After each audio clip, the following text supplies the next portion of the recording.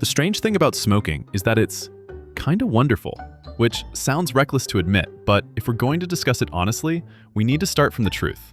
Smoking creates a discomfort only it can soothe. Once your brain has adapted to nicotine, the next 48 to 72 hours without it feel like a slow internal storm. Restlessness, tension, irritability, and then one inhale, and suddenly your whole body melts into relief. But the appeal goes far beyond the chemistry.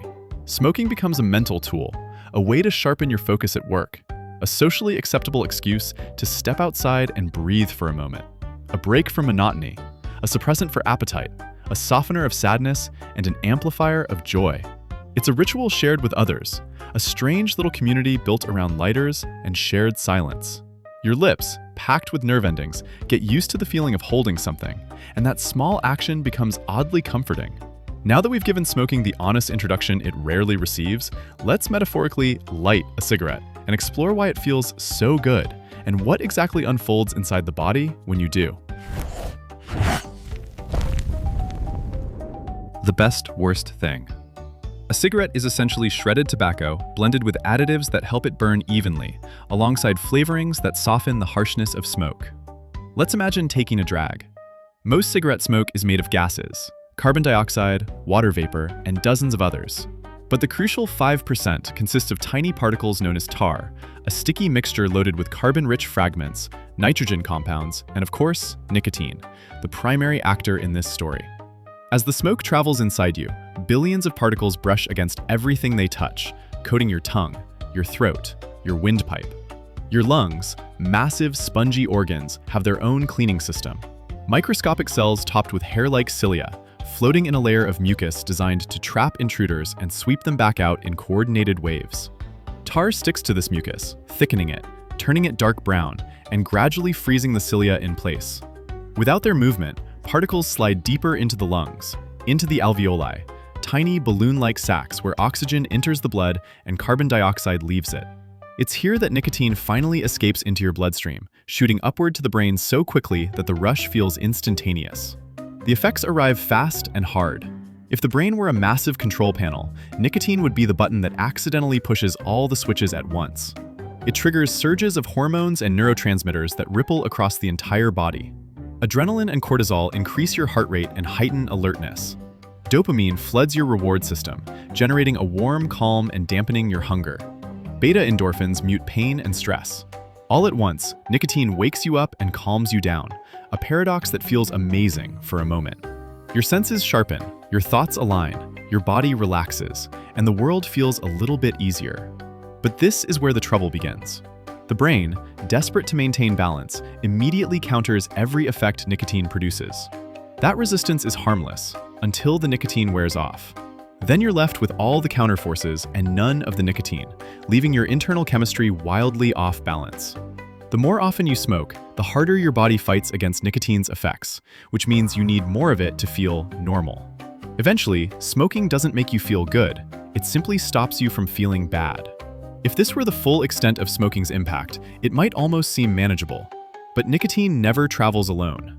Every cigarette delivers a swarm of chemicals, metals like cadmium and lead, traces of arsenic, compounds that form hydrogen peroxide, nitrogen oxides, and countless others, each capable of injuring the tissues they touch.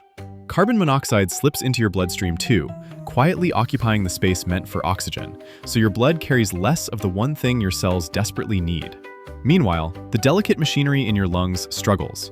The cilia, already slowed by tar, can barely push the accumulating mucus. Some of them simply die. Your alveoli, fragile and thin-walled, cannot handle this constant assault. Here and there, microscopic sacs collapse like overstretched balloons, creating permanent gaps in the tissue. Your body tries to cope. Special goblet cells begin producing extra mucus to dilute and carry out the debris.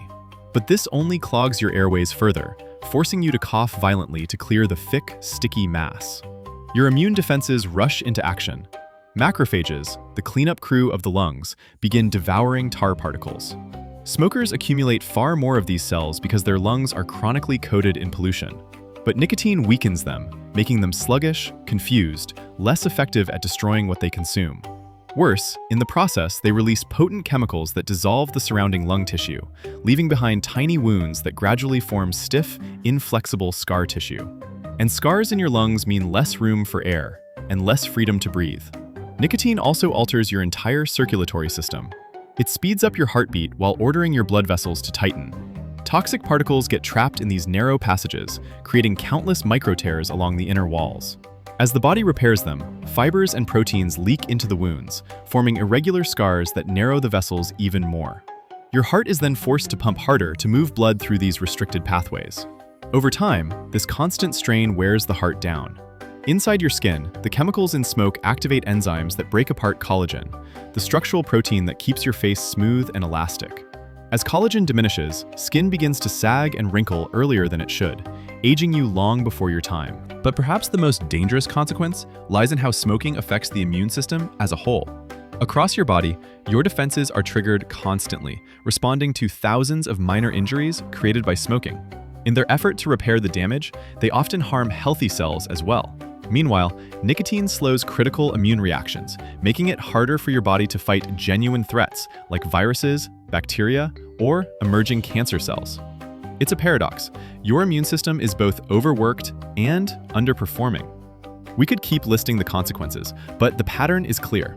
In short, smoking places nearly every organ under extreme pressure, and much of the resulting damage never fully heals. Over the years, fats and cholesterol molecules begin sticking to the scars inside your arteries. These deposits accumulate, shrinking the vessels further and reducing blood flow. Your heart pushes harder and harder, raising blood pressure to dangerous levels. Eventually, fluids leak into the lungs as pressure builds inside the blood vessels, making the simple act of breathing a daily challenge. The chance that a clot will form and block a critical artery skyrockets, leading to a high risk of heart attacks or strokes. Almost all long-term smokers develop chronic obstructive pulmonary disease, COPD. By this stage, so many alveoli are permanently destroyed that you can no longer inhale deeply. You live in a constant state of breathlessness, and COPD only progresses in one direction: worse. Then there is cancer, a threat multiplied on two fronts. First, you are exposing your cells to over 70 known carcinogens every time you inhale.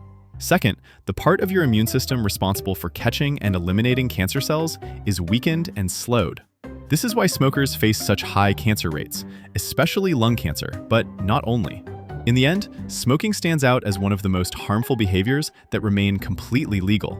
The average smoker loses about a decade of life expectancy. Some lose 5 years, others lose 20 or more. No one knows which outcome awaits them. But what's guaranteed is that smoking dramatically reduces your healthy years, the years when your body still feels strong and capable. So why don't smokers simply stop? Why doesn't everyone just decide to quit one day and walk away from cigarettes forever? Many people assume smokers lack self-control or discipline, but that's an unfair and deeply inaccurate conclusion. Nicotine is one of the most powerfully addictive substances our species has ever encountered, both physically and psychologically. Once you've used it for long enough, your brain rewires itself to expect regular doses. The physical withdrawal peaks for about 3 days, but the psychological dependency is a much more complicated knot to untangle. Smoking becomes tied to routines: morning coffee, work breaks, social gatherings, moments of stress, moments of boredom. Your brain stores these associations as habits, and habits are incredibly hard to rewrite. The dark irony is that most smokers begin the habit when their brains are still developing, during adolescence. Tobacco manufacturers have always understood this. If they don't hook people when they're young, their industry collapses. A teenager, seeking to fit in or look mature, tries a cigarette. They experience the dopamine spike, the soothing calm, the slight buzz. And before they realize what's happening, their brain files that sensation under good things and asks for it again. Today, nearly 1 billion people light a cigarette on any given day. That's a staggering number. But at least the global trend is heading in a better direction. 2 decades ago, around 1/3 of adults worldwide smoked. Recently, that percentage dropped significantly. Yet even with the decline, millions still die every year from smoking-related diseases. But the story doesn't end in despair. Quitting, truly quitting, is incredibly difficult, but absolutely possible. Millions of former smokers prove this every day. Research shows that people who stop smoking by their mid-30s can often regain a normal life expectancy. And even those who quit later still add years to their lives, along with far better quality of life. It's similar to repairing environmental damage. Even if the harm has begun, every positive change still counts, and every step toward healing matters. We're not here to moralize or act as self-appointed health guardians. You make your own choices. But at least understand what smoking truly is: a substance that gives you a brief, artificial calm at the cost of long-term, widespread damage. Most people watching this don't smoke, and if that's you, then maybe never start. Nicotine solves a temporary discomfort but creates permanent vulnerabilities. And if you do smoke, remember this: nothing about your habit makes you weak or broken. You're responding to one of the most cunning biochemical traps ever created. And like any trap, it can be escaped, not easily, but certainly. Habits shape our lives more than we realize. They're shortcuts our brains form to make life smoother and more predictable. Some habits can elevate your life, others can slowly drain it. The key is understanding which is which and making choices with clear eyes, not illusions. In the end, smoking is a beautiful illusion with a very ugly price, a moment of comfort that asks your body to suffer quietly in return. You deserve better than that. Your future self deserves better than that. And if you ever decide to walk away from the habit, every step, every attempt, every small victory will be worth it.